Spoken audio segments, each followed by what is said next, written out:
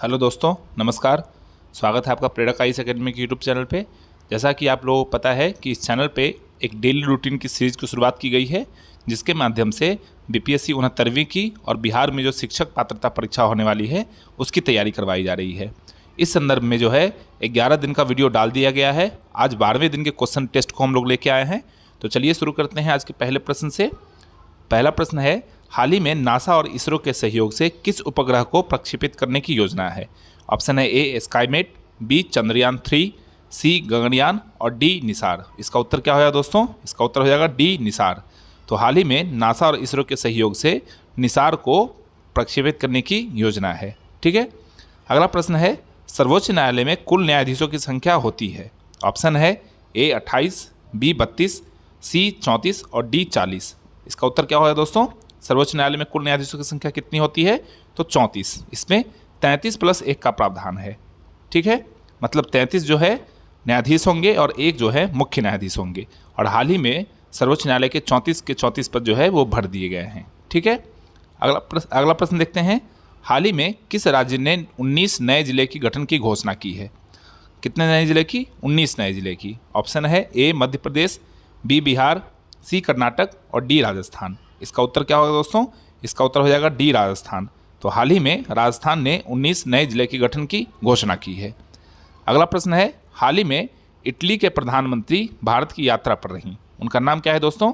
उनका नाम है A Mike Lloyd, B Giorgia Meloni, C Jessica Ardern और डी क्रिस हिपकिंस। इसका उत्तर क्या होगा दोस्तों? इसका उत्तर हो जाएगा बी जॉर्जिया मेलोनी। तो हाल ही में इटली के प्रधानमंत्री जॉर्जिया मेलोनी जो हैं वो भारत की यात्रा पर रहीं। आप लोगों को पता है कि जेसिका आर्डन के इस्तीफा देने के बाद क्रिस हिपकिंस जो हैं वो न्यूजीलैंड के प्रधानमंत्री बने हैं। ठीक है।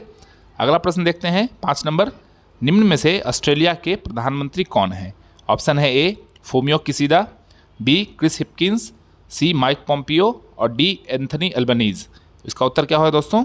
इसका उत्तर हो जाएगा डी एंथनी अल्बनीज। तो ऑस्ट्रेलिया का प्रधानमंत्री कौन है? एंथनी अल्बनीज है। इन्होंने भी भारत की यात्रा हाल ही में की है। ठीक है। अगला प्रश्न है, हाल ही में 8वां रायसीना संवाद कहाँ संपन्न हुआ? ऑप्शन है ए नई दिल्ली, बी टोक्यो, सी संघाई और डी यूएई। इसका उत्तर क्या होगा दोस्तों? इसका उत्तर हो जाएगा ए नई दिल्ली। तो हाल ही में 8वां रायसीना संवाद नई दिल्ली में संपन्न हुई। ठीक है।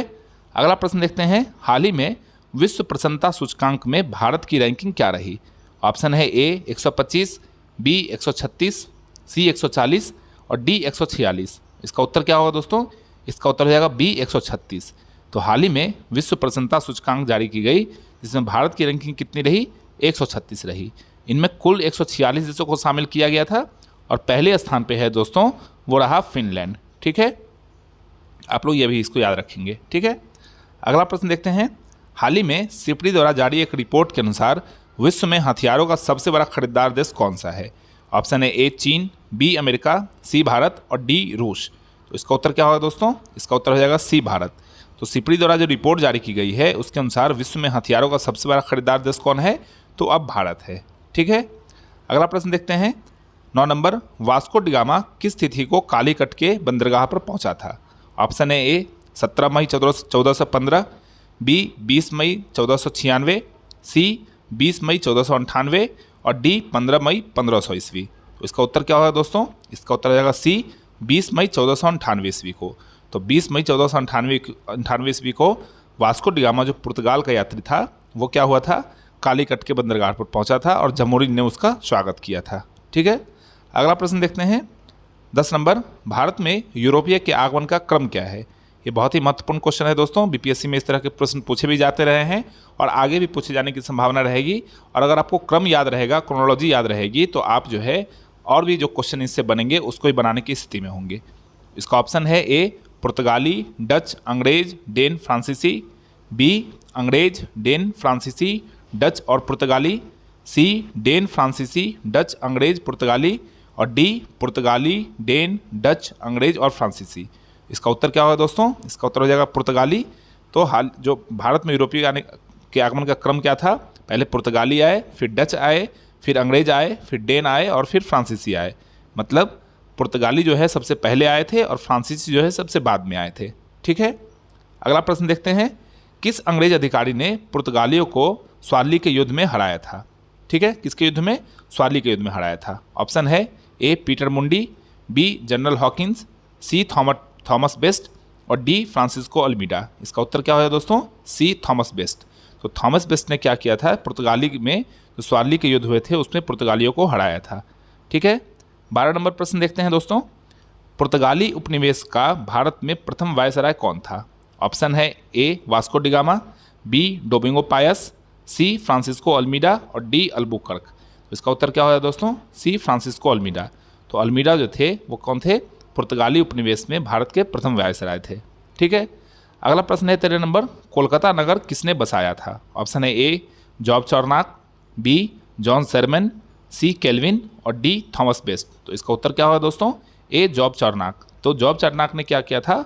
कोलकाता नगर की स्थापना की थी। एक वास्तुकार थे और इन्होंने इसका डिजाइन बनाया था।